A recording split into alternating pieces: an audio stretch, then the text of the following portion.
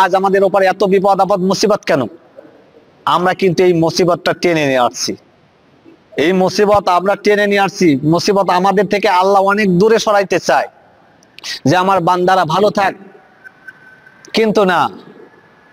এখন আমরা বলি কি, বিমানের মধ্যে অনেক সমস্যা আছে, ঘরে বিল্ডিং এর খুঁটিটা নরমাল ছিল, হাঁটতে যে হয়তো বা তার ব্রেনের সমস্যা হয়েছে, পড়ে গেছে, ইত্যাদি কারণে মৃত্যুবরণ। অনেক টেনশনে তার হার্ট ব্লক হয়ে গেছে, নানান কথা বলি না। কিন্তু আল্লাহ কি বলেন? আল্লাহ রাব্বুল আলামিন কুরআনুল কারীমের সূরা রুমের 41 নম্বর আয়াতে বলছেন যে বান্দা, অনেক বড় আলোচনা, আমি সংক্ষিপ্ত বলছি, বান্দা সমস্ত বিপদ আপদ মুসিবত তার কর্মের কারণে সে চেয়ে নেয়, আল্লাহর দরবার থেকে সে চেয়ে নেয়। কিভাবে চেয়ে নেয়? তার কর্মের দ্বারা। আজ আপনি যদি কর্ম না করতে যান, যারা দিন মজুরি খাটেন কিংবা নিজের ওয়ার্কশপ চালান, নিজের একটা জিনিস চালান, সম্পূর্ণ কাজকর্ম করেন, গাড়ি ড্রাইভ করছেন, যদি আপনি বাড়িতে রাখেন, আপনি কি প্রতি টিপে কি টাকা দেওয়া হবে? আপনি ব্যবসা করেন, যদি হাটে না যান, টাকা পাইবেন? আপনার কর্মের দ্বারা আপনি টাকা পাইবেন। আল্লাহ রাব্বুল আলামিন বলছেন ওই কর্মটা খারাপ পন্থায় বিধায় ওই কর্মের কারণে বান্দার উপর বিপদ আপদ মুসিবত হয়। সূরা রুমের 41 নম্বর আয়াত খেয়াল করবেন। আল্লাহ বলছেন ওই বান্দা যত রকম বিপদ আপদ, শুধু এই দুনিয়ার বিপদ না, আল্লাহ এই আয়াতে একদম স্পষ্ট জানিয়েছেন, জলে স্থলে আশা নিয়ে আসতে পারছে না। অবশ্যই আমাদের দুর্বলতা, এটা আমাদের মধ্যে সমস্যা, যার কারণে কিন্তু আমরা এখনো ভালোভাবে আল্লাহর ইবাদতে মনোযোগী হতে পারছি না। দুনিয়া চিন্তা, দুনিয়ার মোহে আমরা এখনো আল্লাহকে ভুলে পিছিয়ে আছি অনেক দূরে। এই জন্য আমাদের সর্বপ্রথম যেটা করণীয়, আল্লাহ রাব্বুল আলামিনের সন্তুষ্ট অর্জন করা। আল্লাহ আমাদেরকে সৃষ্টি করেছেন তার ইবাদতের জন্য, কিন্তু আমরা সৃষ্টি হয়েছি, আমরা মনে করি যে আমাদের নিজের কাজকর্ম করার জন্য। আমরা মনে করি যে আমাদের নিজের কাজকর্ম যেটা আছে এটা দুনিয়াবি কাজ, নিজের কাজ না। নিজের কাজ হলে সেটা তো আখিরাতের কাজ হয়, এটা নিজের কাজ না। যে কাজের মধ্যে আখিরাত নাই সে কাজটা তো নিজের কাজ না। আপনি বুঝছেন যে আমি নিজের কাজ করছি, আসলে এটা প্রকৃতপক্ষে নিজের কাজ না। আপনি জানছেন, বুঝছেন, দেখছেন, সবকিছু ঠিক, কিন্তু এটা আসলেও ঠিক না। মানুষ যেমন দুনিয়ার মাঝে আমরা যখন বিছানায় ঘুমিয়ে যাই, ঘুমিয়ে যাওয়ার পরে দেখি একটা স্বপ্ন, স্বপ্নতে আমরা যে যেরকম পন্থার মানুষ সেই রকম স্বপ্ন দেখি, যে যেরকম পন্থার মানুষ সেই রকম স্বপ্ন দেখি। যেমন যদি আপনি ভালো হন, দেখবেন মক্কা মদিনায় আপনি চলে গিয়েছেন। আপনি যদি ভালো হন, দেখবেন একটা জালসা মাহফিলে চলে গিয়েছেন। আপনি যদি ভালো হন, একটা গরিব মিসকিনকে সাহায্য করছেন। আপনি যদি ভালো হন, দেখবেন মানুষের সমাবেশের মধ্যে আছেন এবং সেই যার ন্যায় বিচার প্রতিষ্ঠার লক্ষ্যে আপনি আন্দোলন করছেন। আপনিও যদি ভালো হন, মানুষের অধিকার লক্ষ্যে আপনি নিজের জীবন বিসর্জন দিচ্ছেন। আপনি যদি ভালো হন, আপনি স্বপ্ন দেখবেন যে আমি রাসূল সাল্লাল্লাহু আলাইহি ওয়াসাল্লামের সাথে দিদার হচ্ছে। আপনার যদি সব জীবনটা ভালো হয়, আপনার যদি ক্যারিয়ারটা ভালো হয়, আপনার যদি দুনিয়ার চলাটা যদি আখিরাতমুখী হয়, তাহলে আপনার স্বপ্ন হবে আখিরাতমুখী। আর আপনি যদি খারাপ হন, ভালো দিকে লেশ মাত্র আপনার না থাকে, আপনার মনে করতে আমার দুনিয়াতে যা কাজ করছি, আমার দুনিয়াতে দেখবেন আপনি যদি খারাপ কাজ করেন, খারাপের প্রতি বেশি ধাবিত হইবেন, অন্য জায়গায় অন্য খারাপ জায়গায় আপনি মত্ত আছেন, স্বপ্নের মধ্যে দেখবেন। এটা আপনি নিজেকে নিজে আপনি ফয়সালা করতে পারবেন আমি কোন পথের পর আছি। একটা কথাই আছে, যদি বদনার মধ্যে পানি থাকে, উঁচা করলে কি পড়ে? পানি পড়ে, অন্য কিছু পড়ে না।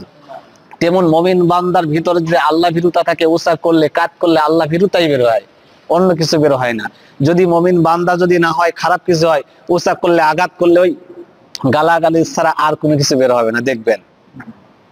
আর যদি আপনার ভিতরে আল্লাহ ভীরুতা থাকে, আপনার আঘাত করলে আল্লাহ আল্লাহ ছাড়া অন্য কিছু বের হবে না। আমাদের মূল লক্ষ্য কি? আখিরাত। আমাদের মূল লক্ষ্য হতে হবে আখিরাত। আল্লাহ রাব্বুল আলামিন কুরআনুল কারীমে বলেছেন, আমান আরাদাল আখিরা ওয়া সাআ লাহা সা'য়াহা ওয়া হুয়া মুমিন ফাউলাইকা কানা সা'য়ুহুম মাশকুরা।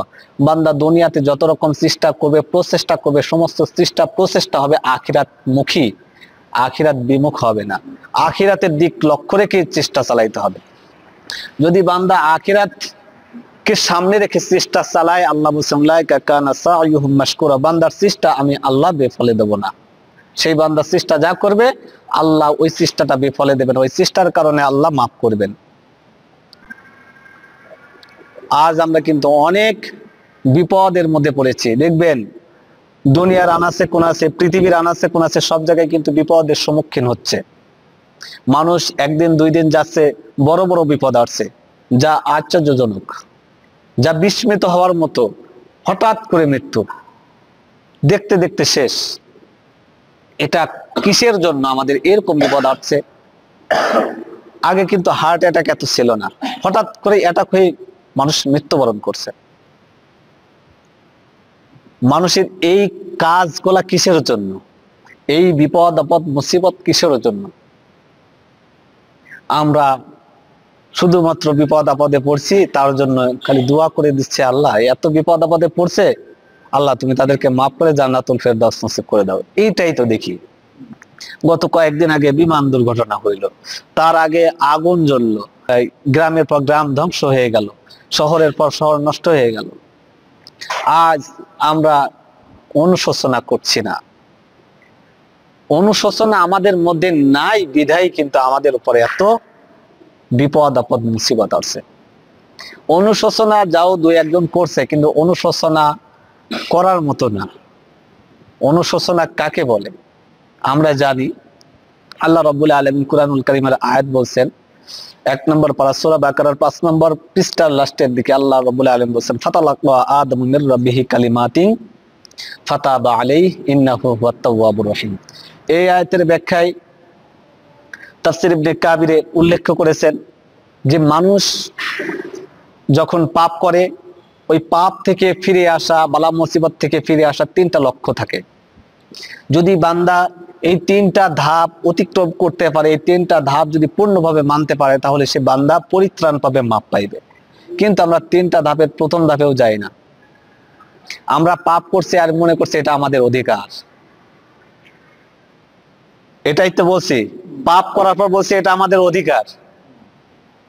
এটা বলছি না, এক জায়গায় লুটপাট করছি তাও বলছি এটা আমাদের অধিকার। এতদিন করতে পারি নাই, এখন পাওয়ার আছে, করতে হবে, তাই বলছি না। পাপ করার পরও কিন্তু আমাদের অনুশোচনা নেই। আমরা পাপ অহরহ করছি, কোনো চিন্তা ভাবনা করছি না যে এত পাপ করছি কেন। প্রথম শর্ত অনুশোচনা করবে যে আমি পাপ করলাম কেন। দ্বিতীয় শর্ত হলো পাপ ছেড়ে দিতে হবে। তৃতীয় শর্ত হলো পাপ থেকে বেঁচে এসে ভালো কাজের দিকে ধাবিত হতে হবে। আর তারই পাপ মোচন করা হবে। আমি সংক্ষিপ্ত বলছি, অনেক বড় আলোচনা করবে ইনশাল্লাহ। সেজন্য তারই পাপ পাইবে সেই লোকই, যে লোকটা এই অনুশোচনা করার পর, পাপ ছাড়ার পর চিন্তা ভাবনা করে নিজের ব্রেনকে সতেজ করলো এবং চিন্তা ভাবনা করলো যে আমি আর খারাপ পথে যাব না। আল্লাহ রাসূল সাল্লাল্লাহু আলাইহি সাল্লামের বর্ণনা মতে তাফসীর ইবনে কাবিরে এই আয়াতের ব্যাখ্যায় উল্লেখ করেছেন, ওই বান্দা তখন মনে তৃপ্তি পাইবে এবং তখন ভাবতে পারবে যে আমি হয়তো বা মাপ আল্লাহ আমাকে করেছে।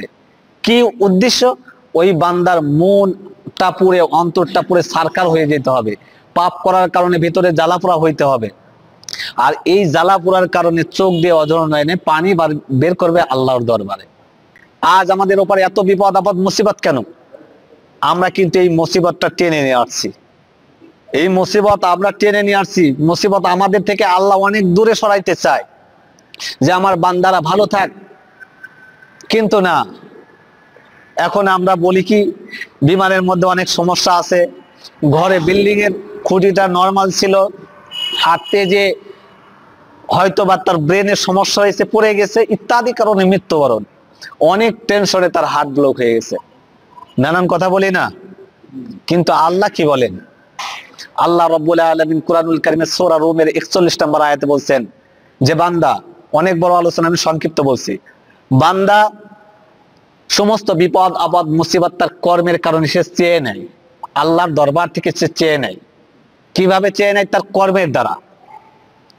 আজ আপনি যদি কর্ম না করতে যান, যারা দিন মজুরি খাটেন কিংবা নিজের ওয়ার্কশপ চালান, নিজের একটা জিনিস চালান, সম্পূর্ণ কাজকর্ম করেন, গাড়ি ড্রাইভ করছেন, যদি আপনি বাড়িতে রাখেন, আপনি কি প্রতি টিপে কি টাকা দেওয়া হবে?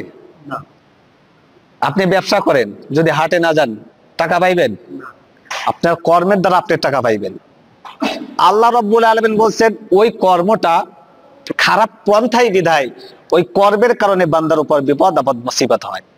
সূরা রুমের 41 নম্বর আয়াত খেয়াল করবেন।